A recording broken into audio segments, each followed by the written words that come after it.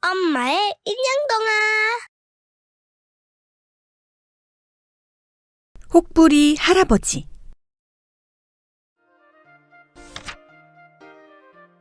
옛날 어느 한 마을에 얼굴에 커다란 혹이 있는 마음씨 착한 할아버지가 살고 계셨어요.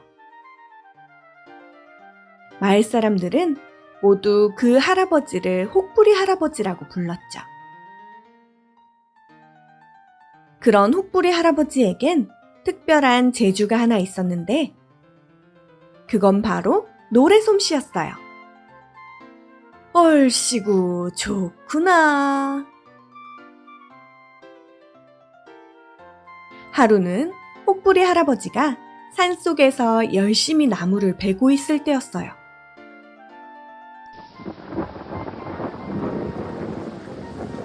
갑자기 하늘이 번쩍이더니 우두두둑 비가 쏟아지기 시작했어요. 아이쿠 이런, 일단 비 피할 곳을 찾아야겠구만.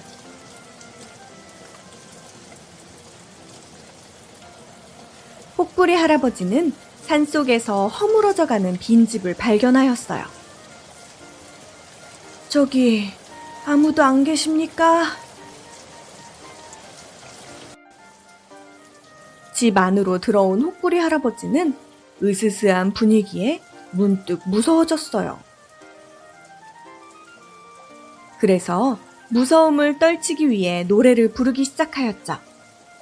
에헤라디야 좋구나 얼쑤. 그때였어요. 누가 이렇게 노래를 잘하는 게야? 혹부리 할아버지 앞으로 도깨비들이 나타났어요. 영감님이 부른 거요? 어쩜 이렇게 노래를 잘 부르는지 좀 알려주시오. 혹부리 할아버지는 도깨비들이 무서워 온몸이 덜덜 떨렸지만 침착하게 대답했어요. 내 노래 말인가? 그건 바로 요 혹에서 흘러나오는 거라네. 뭐? 혹에서? 그럼 이 혹이 노래 주머니라는 거야? 그 혹, 내 방망이랑 바꿉시다. 도깨비가 방망이를 휘둘러 혹을 탁 치자 할아버지 얼굴에서 혹이 톡 하고 떨어졌어요. 자, 이 혹은 우리가 가져갈 테니 영감님은 이걸 가지고 가시오. 도깨비들은 혹부리 할아버지에게 방망이를 건네주고는 사라졌어요.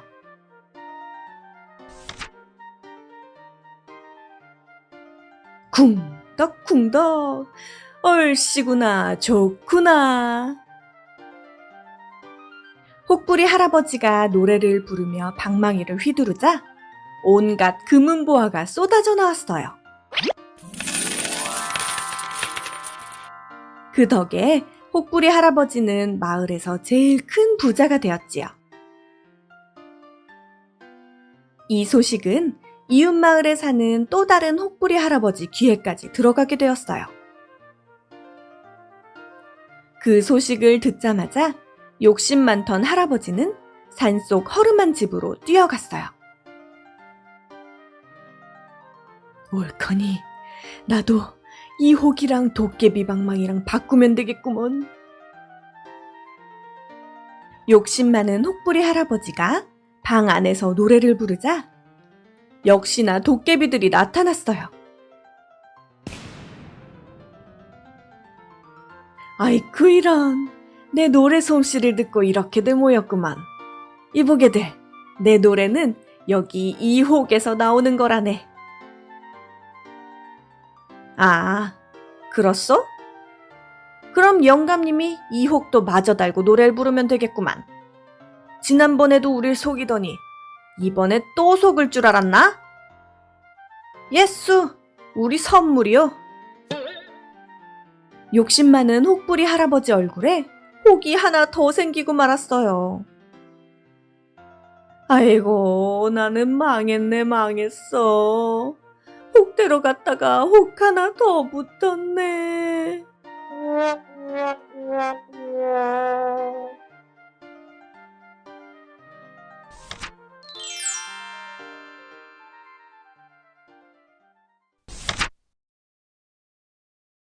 설문대 할망. 하늘의 왕 옥황상제에게는 어여쁜 딸 설문대 공주가 있었어요. 공주는 호기심이 많고 힘도 셌지요. 어느 날 옥황상제는 새로운 세상을 만들었어요. 설문대 공주는 아버지가 만든 세상이 너무너무 궁금했답니다. 어떤 모습일까? 도저히 못 참겠어. 아주 살짝만 엿볼까? 결국 호기심을 이기지 못하고 새로운 세상의 문을 열어버렸지요.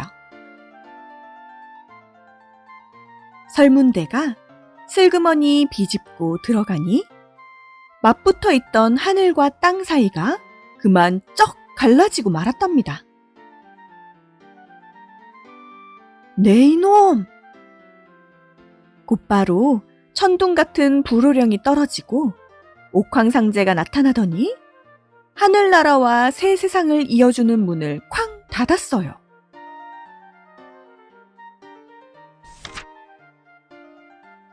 컴컴한 지상으로 쫓겨난 설문대 공주는 하염없이 걷고 걷다가 바다 한가운데에 둥둥 떠있는 작은 섬 탐라를 발견했지요.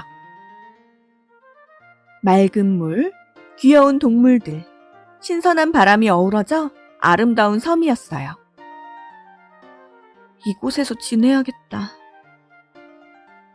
단점은 딱 하나. 섬이 워낙 평평한지라 키가 큰 설문대는 등을 기댈 곳이 필요했지요. 그래서 설문대는 치마폭에 흙을 지어나르며 높은 산을 만들기 시작했어요. 두루룩 쌓고 쿵쿵 다지고 다시 후루룩 쌓고 드디어 은하수에 닿을 만큼 높은 한라산이 완성되었어요. 어찌나 열심히 지었는지 비단 치마에 구멍이 숭숭 뚫렸지요.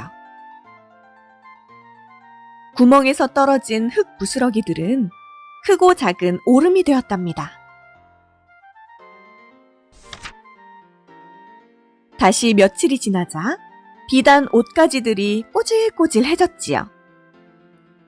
빨래해야겠는데 앉을 곳이 마땅치 않네. 설문대는 한라산 봉우리를 꺾어 던지고 앉을 곳을 만들었어요. 이때 날아간 봉우리는 삼방산이 되었고 움푹 팬 곳은 백록담이 되었지요. 한라산에 걸터 앉아 한쪽 발은 관탈섬에 턱, 다른 발은 지귀섬에 턱 올리고 소섬을 빨랫돌 삼아 빨래했지요. 조물조물 비비니까 파도가 풀썩풀썩, 턱턱 두드리니까 땅이 들썩들썩. 빨래가 끝나고 나니 탐라 주변으로 작은 섬들이 돋아나 있었지요. 설문대는 탐라를 아름답게 가꿨답니다. 그러는 동안 탐라에도 사람들이 생기고 설문대는 주름이 지긋한 할망이 되었지요. 어느 날 탐라 사람들이 한라산에 기대어 낮잠 자던 설문대를 깨웠어요. 무슨 일이신가? 할망, 바다는 깊고 파도는 높으니 육지로 쌀을 구하러 갔던 배가 돌아오질 못합니다. 육지와 이어지는 다리를 지어주세요. 농사를 지으면 되지 않는가? 그게 땅이 퍽퍽하고 바람이 거세서 좀처럼 벼가 자라지 않아요. 잠시 고민하던 설문대 할망의 눈에 자신의 낡은 옷가지가 보였어요. 이 세상에 온 후로 제대로 된 옷을 가져본 적이 없었거든요. 옳거니 야무진 자네들이 명주 속바지 하나 지어주면 힘센 내가 다리를 놓아주지. 좋습니다.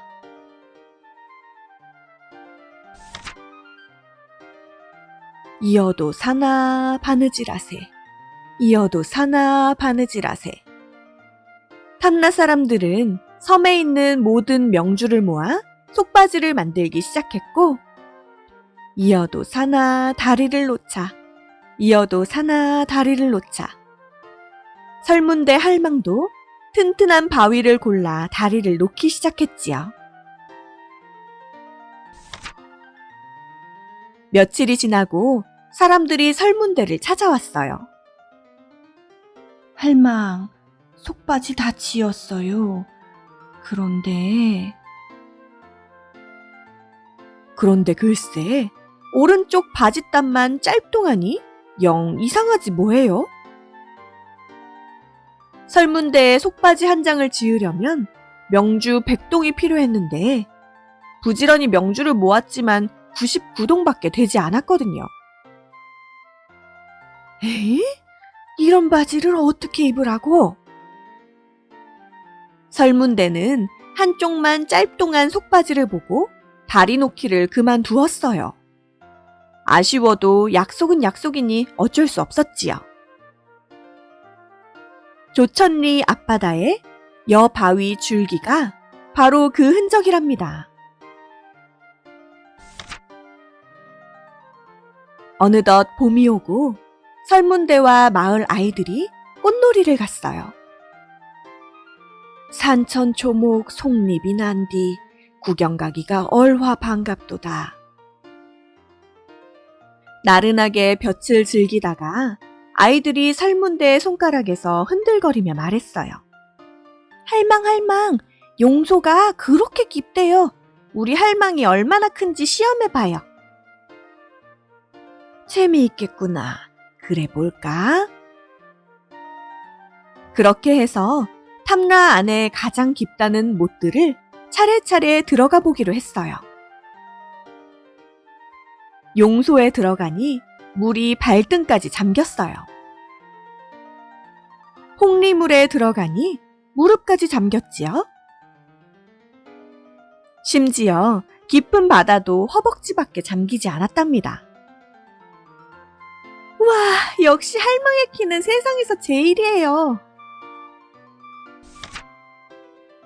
설문대가 한라산 위에 걸터앉아 탐라를 훑어봅니다. 푸르른 산천초목 안에 여러 동물이 깡충깡충, 풍요로운 바다에는 잡녀들과 고깃배가 둥실두둥실, 바람결에는 아이들의 목소리가 까르르, 저절로 미소가 지어집니다. 아버지, 저 할 일은 다 했지요?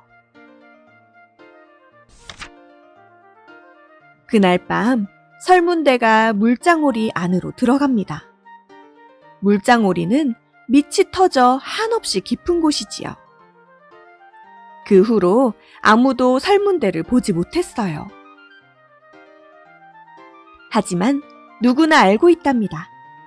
제주도 곳곳에 설문대의 이야기가 남아있으니까요. 제주도를 만든 여신, 설문대는 지금 어디에 있을까요? 고요한 바다 저 끝에 누워 곤히 잠을 자고 있을 수도 있고, 다시금 하늘나라 공주가 되어 구름 속에서 우리를 굽어보고 있을 수도 있지요.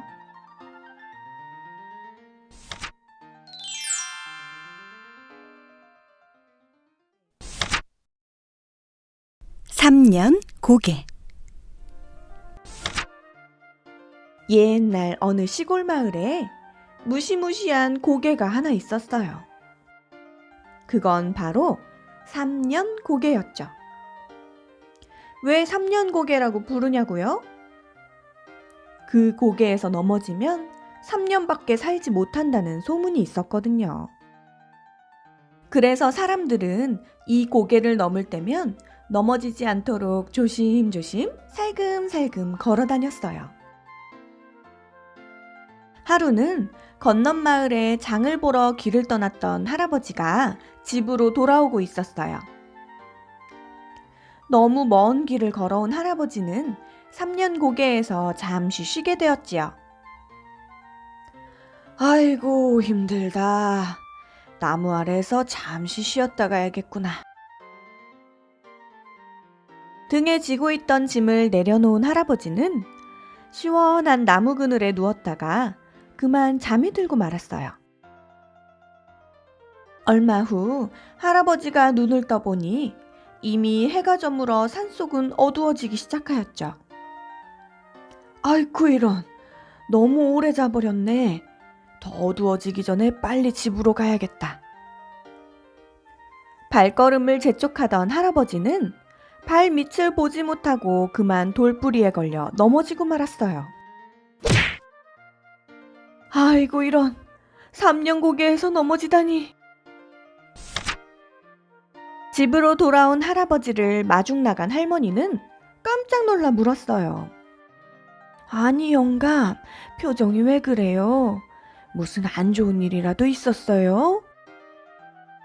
그 물음에 할아버지는 그렁그렁 눈물이 맺힌 채로 대답하였어요. 할멈, 내가 3년 고개에서 넘어져 버렸다네. 아이고 이런, 이제 어쩌면 좋대요. 그날 이후로 할아버지는 방에 누워 시름시름 앓기 시작하였어요. 영감, 뭐라도 좀 먹어봐요. 이러다 몸 상하겠어요.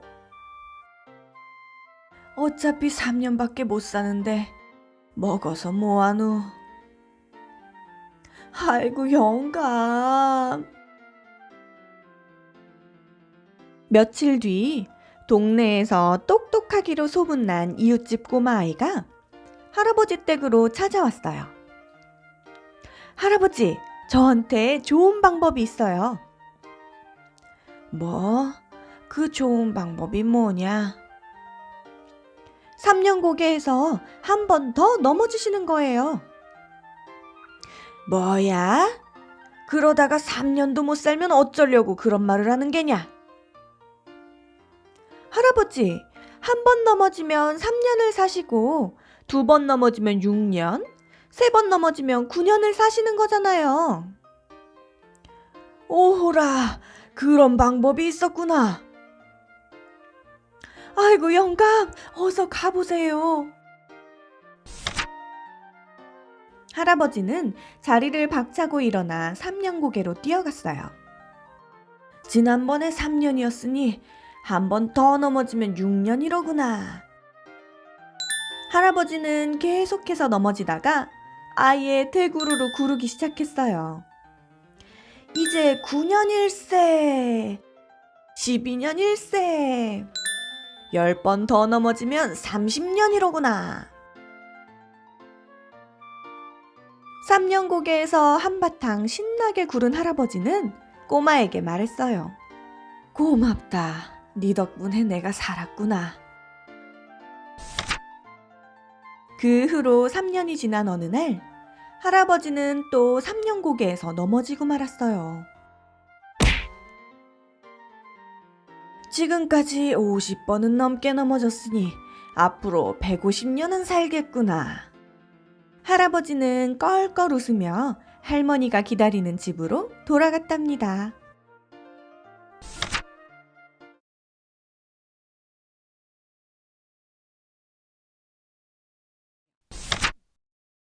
할미꽃 설화.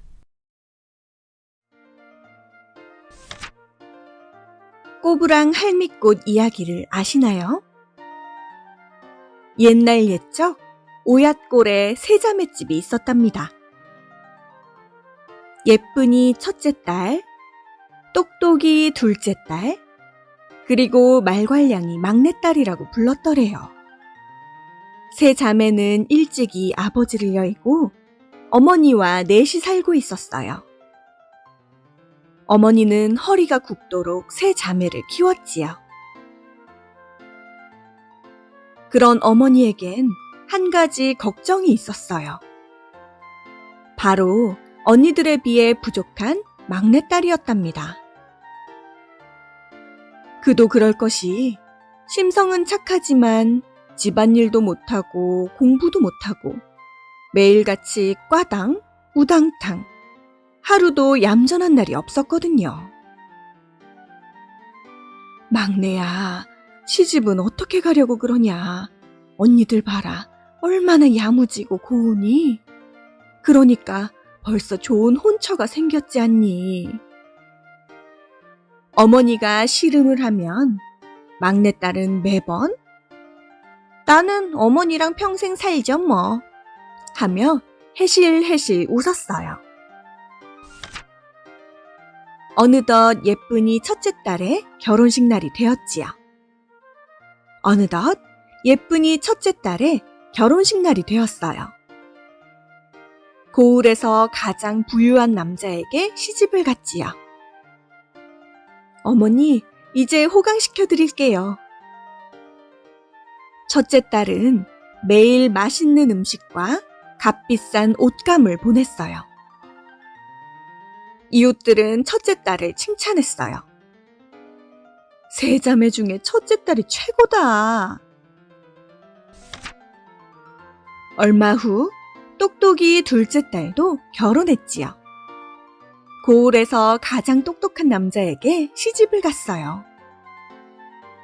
어머니, 저도 호강시켜 드릴게요. 둘째 딸 부부는 나라에 큰 공을 세워 높은 관직을 얻었어요. 어머니도 덩달아 고을 사람들에게 크게 대우받았지요. 세 자매 중에 둘째 딸이 최고네. 두 언니가 시집을 가고 막내딸은 어머니를 살갑게 모셨어요. 어머니, 언니들이 없어 적적하시죠? 제가 더 잘할게요. 그래도 어머니의 시름은 깊어갔어요. 몇 년이 지나도 막내딸의 혼처가 생기지 않았거든요. 매일 막내딸과 입씨름을 했지요. 얘야, 너도 얼른 시집을 가야 하지 않겠니? 저는 어머니와 함께 오손도손 사는 지금이 좋은걸요?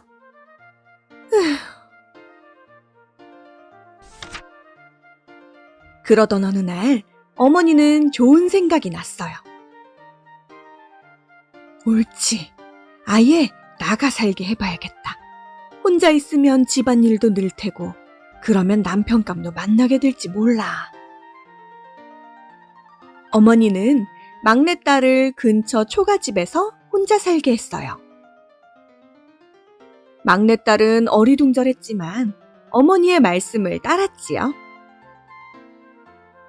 그러면서도 늘 맛있는 것, 좋은 것, 어머니와 함께하려 했어요. 그러던 어느 날 어머니의 집에 불이 나고 말았어요. 이를 어째, 당장 어디서 지내야 할꼬. 어머니, 저희 집으로 가요. 막내딸은 어머니를 모시려고 했지만 어머니는 막내딸의 집에 가기 싫었어요. 되었다. 두 언니가 모두 부잣집 며느리잖니. 난 그리로 가련다. 어머니는 먼저 첫째 딸의 집으로 갔어요. 으리으리한 기와집에 대문을 두드렸지요. 예, 첫째야, 어미다. 첫째 딸이 버선발로 나와 반겼어요. 어머니, 말도 없이 어쩐 일이셔요? 글쎄, 집이 타버렸지 뭐냐. 당분간 여기서 지내야겠다. 널찍하니 참 좋구나. 이야기를 들은 첫째 딸이 난감한 표정을 지었지요.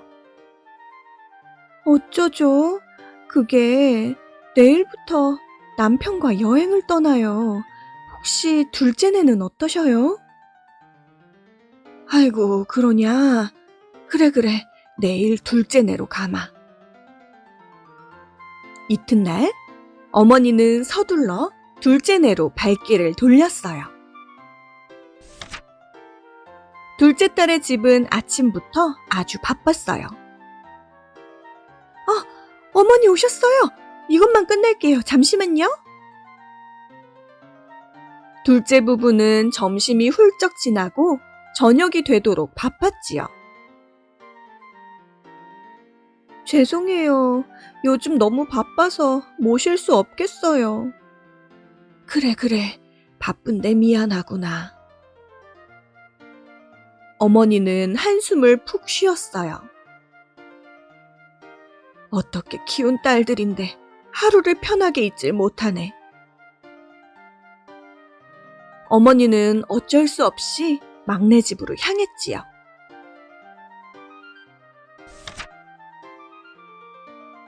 지팡이를 짚고 지친 등을 두드리며 가파른 언덕을 올랐어요. 이윽고 저 너머에 막내 집이 보였어요. 에고, 막내야. 순간 막내를 부르던 어머니는 그만 힘이 쭉 빠져버렸지요. 그 바람에 내리막길로 대굴대굴 굴러 막내 집 앞에 떨어졌어요. 막내는 다친 어머니를 지극정성으로 돌봐드렸지만 며칠 후 결국 어머니는 막내의 집에서 돌아가시고 말았지요. 아이고, 어머니. 이듬해 봄, 막내의 집 마당에 어머니의 모습을 닮은 꼬부랑 꽃이 피었더래요.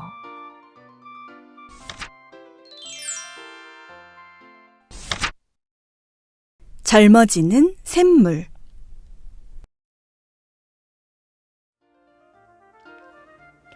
한 시골의 작은 마을에 금슬 좋은 할아버지와 할머니가 살고 있었어요.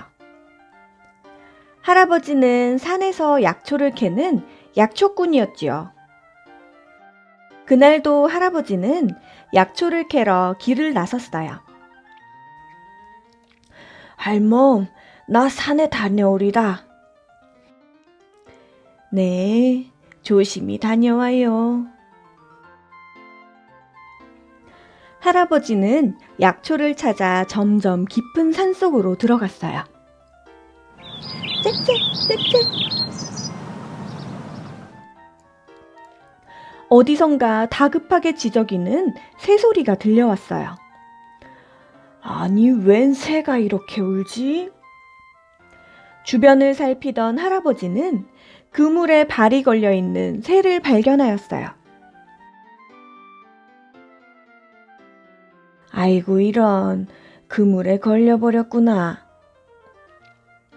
할아버지는 새를 안전하게 구해주었어요. 며칠 후 할아버지는 또다시 약초를 캐러 산으로 올라갔어요. 짹짹. 익숙한 새소리가 들리더니 할아버지 앞에 파랑새가 나타났어요. 아니, 너는 그때 그 새로구나. 몸은 괜찮니? 짹짹. 파랑새는 마치 할아버지의 물음에 대답이라도 하듯이 지저귀며 할아버지 앞을 왔다 갔다 하였어요. 그러고는 할아버지에게 손짓을 하듯 날갯짓을 하였지요. 왜 그러느냐? 너를 따라오라고? 짹짹. 껄껄 웃으며 새를 따라간 할아버지는 어느 샘물 앞에 도착하였어요. 아니, 이런 곳에 샘물이 있었다니. 마침 목이 말랐는데 잘 됐구나. 고맙다, 파랑새야. 할아버지는 꿀꺽꿀꺽 샘물을 마셨어요. 그러자 할아버지의 몸에서 힘이 불끈 솟고 흰머리가 검어지고 주름이 없어지며 젊어지는 게 아니겠어요? 아니, 이건 젊어지는 샘물이로구나. 젊은 청년이 된 할아버지는 황급히 집으로 뛰어갔어요. 할멈! 아니, 댁은 니슈. 할머니는 청년이 된 할아버지를 알아보지 못하였지요. 할아버지는 할머니에게 젊어지는 샘물에 대해서 설명하였어요. 그런데 그때 마침 그 집 앞을 지나던 욕심쟁이 영감님이 그 이야기를 엿듣고 말았죠. 뭐야? 젊어지는 샘물이라고? 욕심쟁이 영감님은 곧장 샘물로 달려갔어요. 샘물에 도착한 영감님은 샘물을 꿀꺽꿀꺽 마셨죠.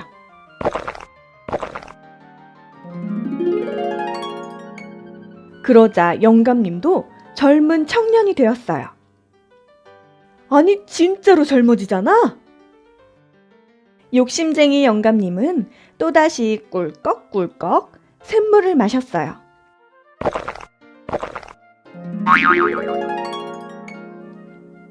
그러자 영감님이 아기가 되어버린 게 아니겠어요? 한편 청년이 된 할아버지는 할머니와 함께 샘물로 오고 있었어요. 할머니와 할아버지가 샘물에 도착했는데 샘물가에 갓난아기가 응애응애 울고 있었지요. 아니, 이런 곳에 웬 아기람. 아가, 울지 마렴. 할머니의 토닥임으로 아기는 울음을 그치고 새근새근 잠이 들었어요. 이제 나도 한번 샘물을 마셔볼까? 할머니가 샘물을 꿀꺽꿀꺽 마시자 할머니도 고운 새색시로 변하였지요. 여보, 우리 이 아이를 키우며 살아요. 젊은 부부가 된 할아버지와 할머니는 그 이후로 아기를 소중히 키우며 행복하게 살았답니다.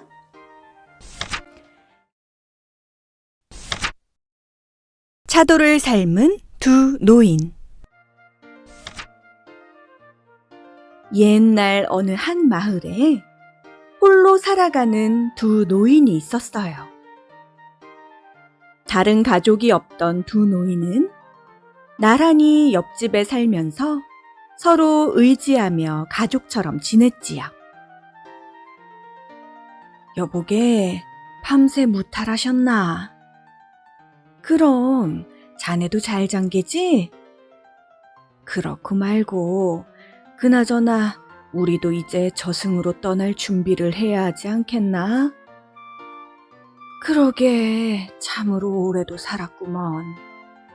이럴 줄 알았으면 진작 좋은 일을 많이 해두었을 것을 후회가 되네. 내가 누구한테 들은 얘긴데 차돌이 말랑해질 때까지 삶으면 천국에 갈 수 있다더군. 그러니 우리 차돌을 삶아보는 게 어떠한가? 그 말이 사실인가? 참말이라 들었네. 그날부터 두 노인은 차돌을 정성껏 삶기 시작했어요.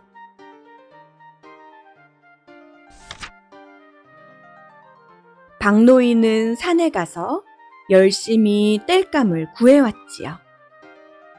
그러면 김노인이 아궁이에 불을 떼서 차돌을 팔팔 삶았어요.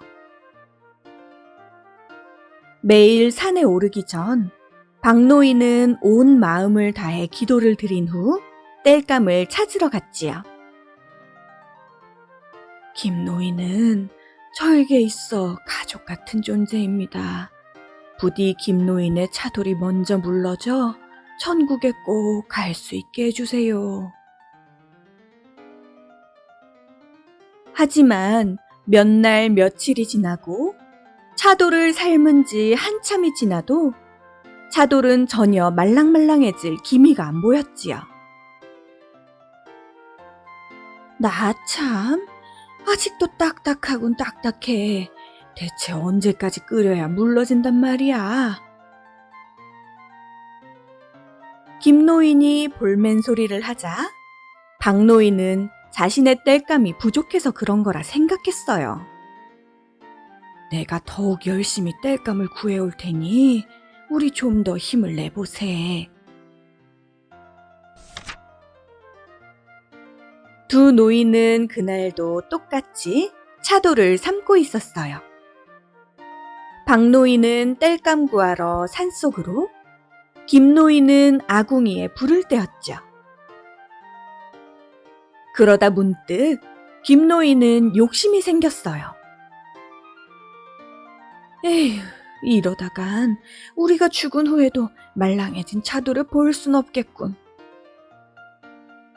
일단 내 차돌부터라도 말랑하게 만들어 혼자라도 천국을 가야겠어.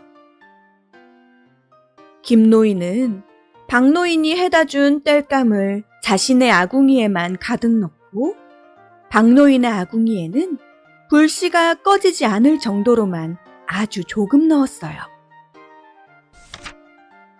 그러던 어느 날이었지요. 드디어 차돌이 말랑말랑해진 걸 발견한 박 노인은 너무 기뻤어요. 여보게, 이리 와보게. 드디어 차돌들이 말랑말랑해진 것 같아. 정말인가? 어디 보세. 김 노인도 한달음에 달려와 말랑해진 차돌을 살펴보았지요. 가만, 내 차돌은 아직 딱딱한걸? 응? 내 것은 이렇게 말랑한데 자네 것은 딱딱하다고? 이 일을 어쩌나. 여보게, 자네가 내 차돌만 너무 정성스럽게 돌보느라 정작 자네 것은 못 돌본 것이 아닌가? 정말 감동이네. 다행이네. 자네 것이라도 물러져서. 그렇게 팔팔 끓였는데도 내 것만 딱딱하다니. 그날 밤 두 노인은 나란히 저승으로 가게 되었지요. 두 노인은 사이좋게 천국으로 가는 길을 걷게 되었어요. 자네 덕분에 나도 천국으로 갈 수 있게 되었군. 정말 고맙네. 우린 꼭 같이 천국으로 갈 수 있을 걸세. 박 노인의 말에 김 노인은 그제서야 자신의 이기적인 행동을 후회했어요. 그때였지요. 갓을 쓴 스님 한 분이 연부를 외우며 길 한가운데 서 있었어요. 안녕하십니까, 스님. 이 길이 천국으로 가는 길 맞습니까? 네, 맞습니다. 하지만 박 노인만 계속 길을 가시고 김 노인은 걸음을 멈추시오. 스님의 말을 들은 두 노인은 깜짝 놀랐지요. 아니, 왜 저는 그만 멈추라는 겁니까? 당신은 내 자리를 물려받아 이곳에 있어야 하오. 당신은 겉으로만 착해 보일 뿐 실은 아주 욕심 많고 고약한 심보를 가지고 있소. 아닙니다, 스님. 스님께서 잘못하신 겁니다. 이 사람은 자신보다 절 천국에 보내주려고 차돌도 열심히 삶았는걸요. 안 그러한가? 자네도 아니라고 말 좀 해보게. 아니요. 당신이 열심히 나무를 해오면 이자는 자신의 아궁이에만 불을 활활 피웠소. 그러니 이자는 천국에 갈 수 없소. 아니, 이럴 수가. 스님에게 모든 사실을 들은 두 노인은 한동안 아무 말도 못했어요. 나도 살아생전에는 양보나 배려를 모르는 그저 욕심 많은 사람이었소. 다른 사람들에게는 세상 둘도 없는 착한 사람인 척 속였지만 속마음은 상대방을 시기 질투하며 안 되기를 간절히 바랬지. 그렇게 살다 죽어서 그 벌로 이렇게 되었소. 그런데 또 나처럼 자기 자신만 챙기는 이 노인을 만난 거요. 그러니 이제부터 이 갓을 당신에게 넘겨주겠소. 스님의 말을 들은 박노인은 슬펐지요. 그러면 제 친구는 저와 함께 천국에 못 가고 계속 여기서 지내야 한단 말입니까? 걱정하지 마시오. 이자처럼 욕심 많고 나쁜 짓을 하는 사람이 저승으로 건너오면 갓을 넘겨주고 천국으로 갈 수 있게 될 것이오. 그러니 먼저 가서 친구가 올 때까지 기다리시오. 그렇게 박노인만 홀로 천국으로 가게 되었어요. 박노인은 천국에 가서도 가족처럼 지냈던 김노인을 위해 하루도 빠짐없이 기도를 드렸지요. 마침내 얼마 후 김노인도 천국으로 올 수 있게 되었고 드디어 두 노인은 다시 만날 수 있게 되었어요. 잘 왔군, 잘 왔어. 다시 보니 반갑구먼. 내 예전 일은 미안했네. 부디 날 용서해주게. 용서할 게 뭐 있나. 이렇게 무사히 잘 왔으니 됐네. 우리 여기서도 잘 지내보세나. 두 노인은 서로를 얼싸안으며 기뻐했답니다.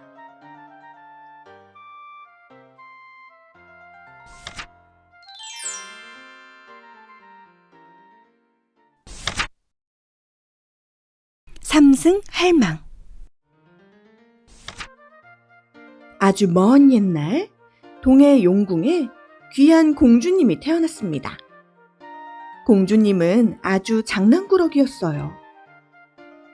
그래서 동해 용궁은 비명소리가 끊이질 않았지요. 아이고 아가씨, 이러지 마시옵소서. 메롱메롱, 할 건데? 장난칠 건데. 참다 못한 신하들은 동해 용왕님께 공주님을 말려달라고 빌었어요. 용왕님은 곧장 공주님을 불러 크게 혼냈지요. 한 번만 더 장난치면 아주 쫓아내버릴 테니 명심하거라. 하지만 그 순간에도 공주님의 머릿속은 온통 장난칠 생각뿐이었어요.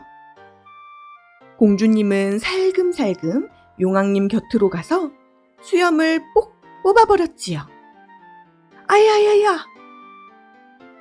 용왕님은 머리끝까지 화가 나서 불그락 푸르락 콧김이 숭숭 나왔어요. 그런데도 공주님은 아랑곳하지 않고 박수까지 치며 깔깔 웃었지요. 으하하, 아바마마 표정이 우하하, 너무너무 재밌다. 아이고 내 배꼽. 네 이놈! 여봐라, 저 못된 공주를 당장 무쇠석함에 넣고 멀리 보내버리거라. 결국 장난꾸러기 공주님은 동해 용궁에서 쫓겨나게 되었답니다.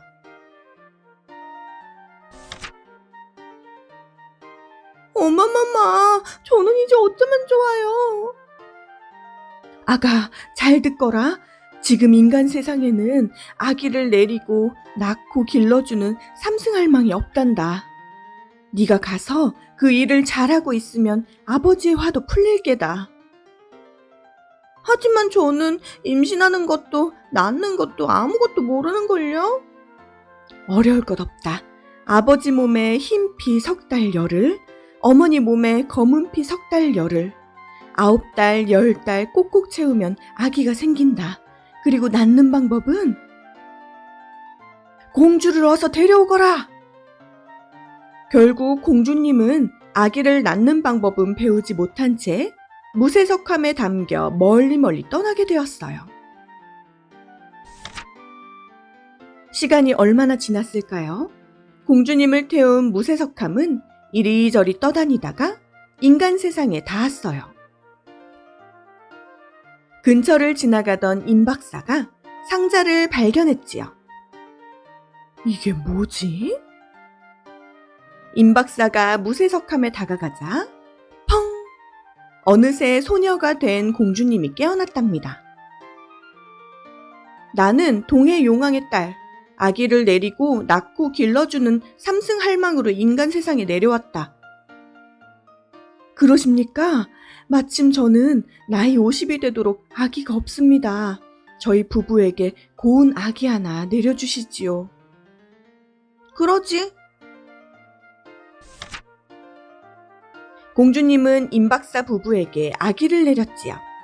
어머니께 배운 대로 아버지 몸에 흰 피 석 달 열흘, 어머니 몸에 검은 피 석 달 열흘, 9달, 10달 꼭꼭 채우니 이제 아기가 나오려고 했어요.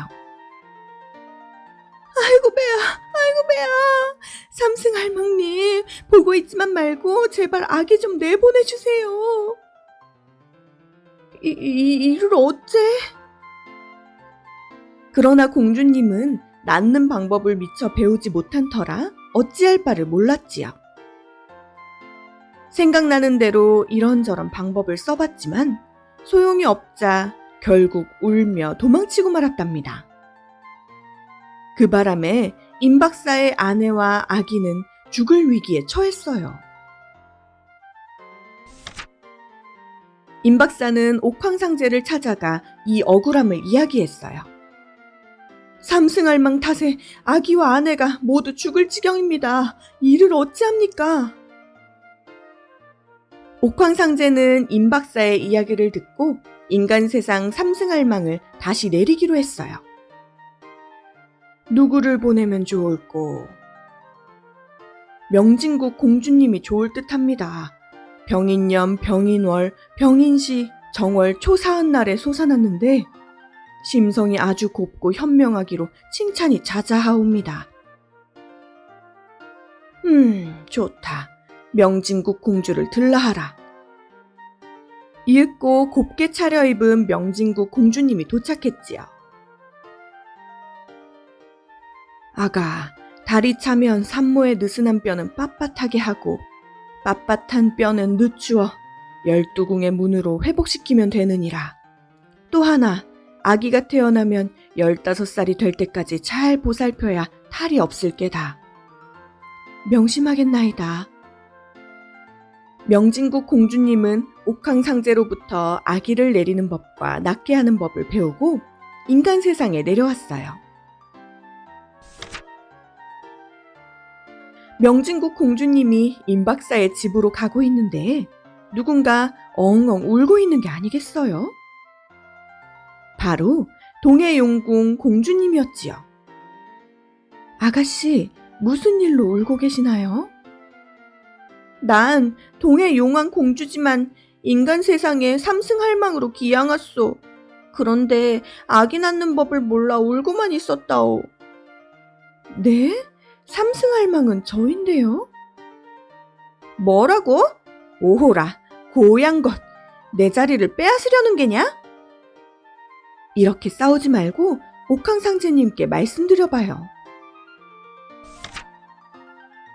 옥황상제는 두 공주의 이야기를 듣고 꽃씨를 나눠주며 말했어요. 서천 서역국 모래밭에 가서 이 씨앗을 심고 잘 키우니를 삼승할망으로 정하겠다. 두 공주는 곧장 서천 서역국 모래밭에 씨앗을 심었지요. 애지중지 정성스레 가꾼 명진국 공주님의 씨앗은 쑥쑥 자라 예쁜 꽃이 되었어요. 하지만 그러거나 말거나 쿨쿨 잠만 자던 동해용궁 공주님의 씨앗은 금방 시들어버렸지요. 이로써 명진국 공주를 삼승할망으로 임명하겠다. 그리고 동해용궁 공주는 어린 나이에 죽은 아기들을 돌보는 저승할망이 되거라.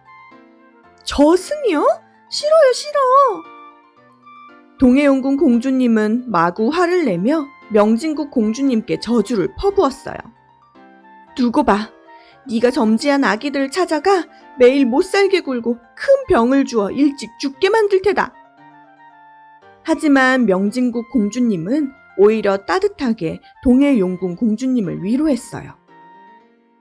그만 화 푸시게. 점지은 아기가 태어날 때마다 베넷저고리와 함께 맛있는 음식을 차려 당신께 올리도록 할 테니. 정말이지? 만약 약속을 어기면 아기들이 무사하지 못할 게다.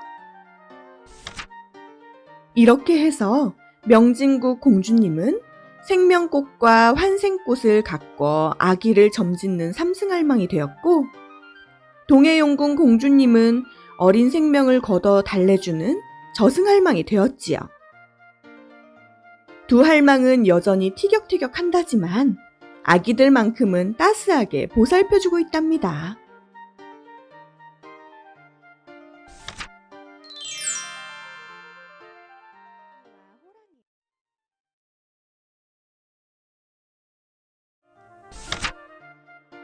옛날 한 시골 마을에 팥죽을 아주 맛있게 팥죽 쓰는 할머니와 할머니가 살고 호랑이. 계셨어요.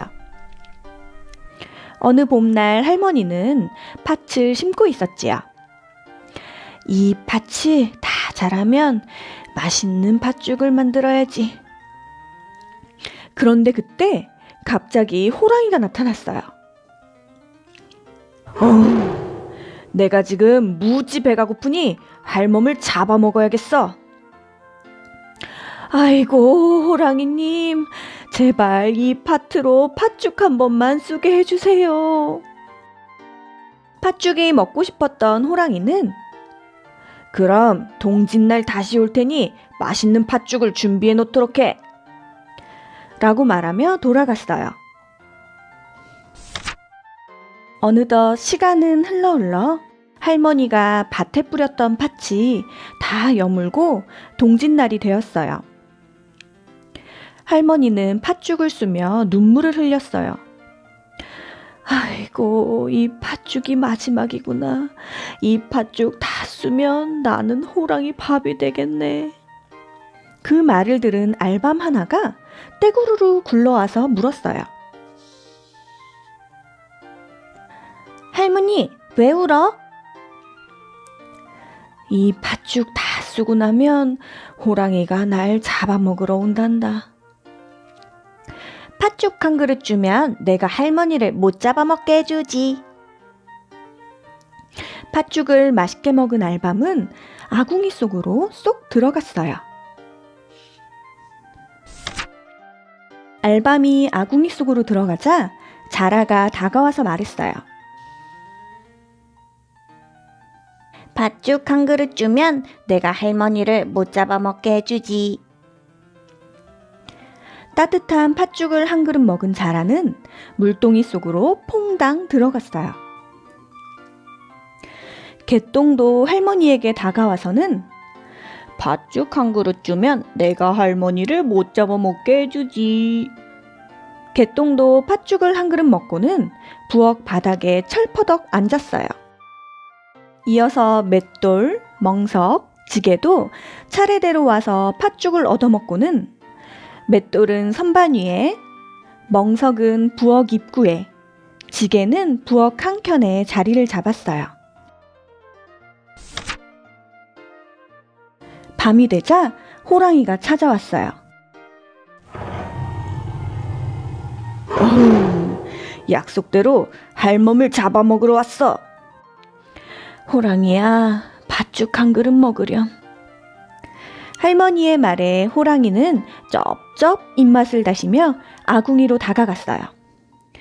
호랑이가 팥죽을 한 입 먹으려는데 아궁이에서 알밤이 톡 튀어나와 호랑이의 눈을 때렸어요.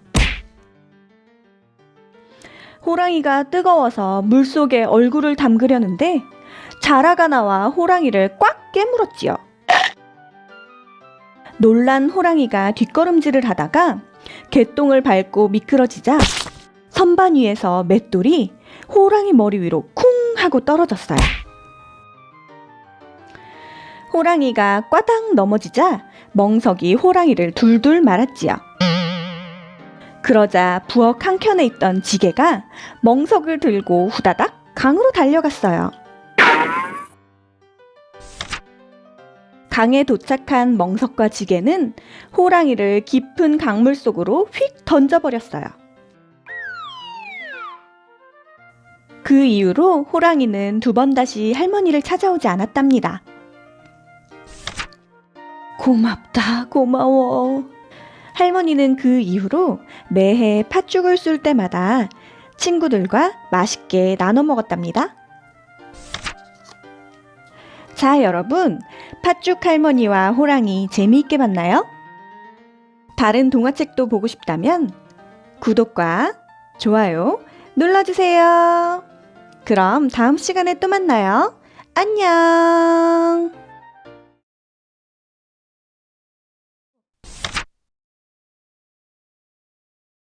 빨간 부채, 파란 부채. 옛날 어느 마을에 가난한 노부부가 살았어요. 할머니와 할아버지는 매일매일 일을 하지 않으면 끼니를 굶을 정도로 가난했죠. 어느 더운 여름날, 할아버지는 산속에서 열심히 일을 하고 있었어요. 아이고, 덥다 더워. 조금만 쉬었다 일해야겠다. 할아버지가 나무 그늘 아래에서 잠시 쉬고 있을 때였어요. 풀숲 사이에 떨어져 있는 빨간 부채와 파란 부채를 발견했어요. 웬 부채가 여기 떨어져 있노? 마침 더운데 잘 됐다. 할아버지가 빨간 부채를 펼쳐 붙이기 시작하자 코가 쑥쑥 커져 방망이만큼 길어졌어요. 아이고, 이 코가 왜 이러는 거야? 할아버지는 너무 깜짝 놀란 나머지 반대 손에 있던 파란 부채를 붙이기 시작했어요. 그러자 길어졌던 코가 쏙쏙 줄어들었어요. 이거 그냥 부채가 아니라 신통방통한 요술 부채로구먼. 할아버지는 요술 부채를 들고 서둘러 집으로 갔어요. 때마침 마당에서 일하고 있는 할머니를 본 할아버지는 할머니를 놀래주고 싶었어요. 여기 숨어서 요렇게 빨간 부채를 붙이면 응? 아이고, 이 코가 왜 이랴? 내 코. 할머니는 갑자기 쑥쑥 길어지는 코를 보고 깜짝 놀랐어요. 그럼 이쯤에서 다시 할머니 얼굴에 파란 부채를 붙이자 거짓말처럼 길어졌던 코가 쏙쏙 줄어들었어요. 이게 대체 무슨 일이요? 도깨비들의 장난인가? 아이고 무시라. 갑자기 잔꾀가 생각난 할아버지는 기뻐했어요. 요거 잘만 하면 큰 돈을 벌 수 있겠구먼. 할아버지는 그 마을에서 가장 큰 부자인 김영감 댁으로 갔어요. 아무도 모르게 살금살금 집 안으로 들어간 할아버지는 대청마루에 앉아 쉬고 있는 김영감 얼굴에 빨간 부채를 살랑살랑 붙였어요. 그러자 김영감의 코도 점점 길어졌어요. 아이고, 내 코가 왜 이러느냐? 그날로 김영감님은 길어진 코 때문에 몸져 눕고 말았어요. 그 일이 있은 후 김영감은 자신의 코를 고쳐주는 사람에게는 재산의 반을 준다고 발표하였어요. 전국에서 유명하다는 의원들이며 무당, 심지어 스님도 기도를 드렸지만 김영감의 코는 조금도 줄어들지 않았어요. 점점 김영감이 시름시름 알아갈 때쯤이었어요. 영감님, 안에 계시오? 할아버지가 물바가지를 들고 방 안으로 들어왔어요. 네, 지금은 아무도 만나기 싫으니 나중에 다시 오시오. 김영감은 길어진 코가 부끄러워 이불을 눈 밑까지 끌어덮고 있었어요. 제 얘기를 들으면 생각이 달라지실 텐데요. 그래도 원치 않으시면 돌아가겠습니다. 아니, 대체 무슨 얘기길래 그러는지 드러나 봅시다. 할아버지는 김영감 앞에서 차근차근 이야기를 해나갔어요. 그게 정말이요? 이 샘물만 마시면 코가 다시 작아질 수 있어? 김영감은 할아버지의 말에 놀랐어요. 참말이요. 제가 이웃마을에 사는 최판사어른 코도 이 샘물로 고쳤다니깐요. 할아버지는 김영감에게 물바가지를 주고는 단숨에 다 마시라고 했어요. 바로 그때 할아버지가 옷소매에 몰래 숨겨온 파란 부채를 꺼내 붙여 김영감의 코를 원래대로 돌려놓았어요. 아이고, 내 코가 다시 돌아왔어. 그리하여 할아버지는 김영감의 재산 반을 받아 부자가 되었어요. 시간이 흘러 더 이상 일을 하지 않아도 되는 할아버지는 따분해지기 시작했어요. 이 코가 어디까지 길어질래나? 어디 한번 부채질을 좀 해볼까? 할아버지는 빨간 부채를 꺼내들고 붙이고 또 붙였어요. 호호호호, 저 높이 하늘 위로 올라가는구먼. 할아버지의 코가 계속 길어져 마침내 하늘 위 옥황상제의 궁까지 올라가고 말았어요. 그 모습을 본 옥황상제는 화가 나 신하들에게 코를 꼼짝 못하도록 묶으라고 명령했어요. 여봐라, 저 할아범의 코를 나무에 꽁꽁 묶어 혼쭐 내주거라. 아이고 코야, 코끝이 왜 이리 아픈 게야? 할아버지는 하늘로 솟은 코끝이 아파지자 서둘러 파란 부채를 꺼내 붙였어요. 그런데 그때 하늘에서 내려와야 할 코는 안 내려오고 반대로 할아버지의 몸이 하늘로 둥둥 떠오르기 시작했어요. 아니, 이 부채가 왜 이래? 사람 살려요! 할아버지가 당황해 부채를 더 빨리 붙이자 할아버지의 몸도 덩달아 더 빨리 하늘 높이 올라갔어요. 점점 하늘 위로 올라오는 할아버지를 본 옥황상제는 묶은 코를 풀어주라고 명령하였어요. 고얀 영감탱이, 이 정도로 혼쭐 났으면 더 이상 저 부채로 장난은 치지 않겠지. 마침내 묶여있던 코가 풀린 할아버지는 땅으로 떨어지고 말았어요. 그 후로 요술부채들은 어떻게 되었냐고요? 글쎄요. 할아버지가 땅으로 떨어지면서 어디로 사라진 건지 지금까지도 찾지 못했다나 뭐라나.